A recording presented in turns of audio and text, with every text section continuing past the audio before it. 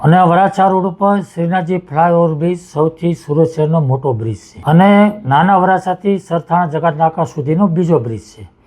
આ બંને બ્રિજ નીચે વર્ષોથી ગેરકાયદેસર લોકો વસવાટ કરે છે. આ બ્રિજ નીચે ગેરકાયદેસર લોકો ફક્ત રહે છે એવું નથી, વસવાટ કરે એવું નથી, પણ એમના ધંધા પણ 2 નંબરના છે.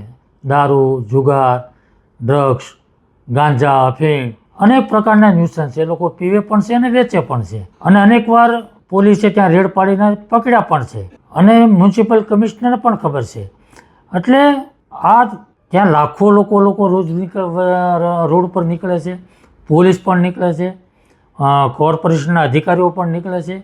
આ બધાને આ પ્રશ્નની ખબર છે અને વર્ષોથી લેખિત મૌખિક રજૂઆતો થઈ રહી છે, પરંતુ આ પ્રશ્નનો હલ કાયમિક રીતે થતો નથી.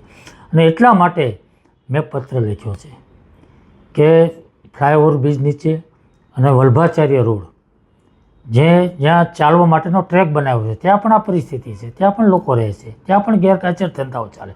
તો આ બંને રોડ ઉપર આ ન્યુસન્સ દૂર થવું જોઈએ, એની સામે કડક કાર્યવાહી થવી જોઈએ અને કાયમિક હલ થવો જોઈએ.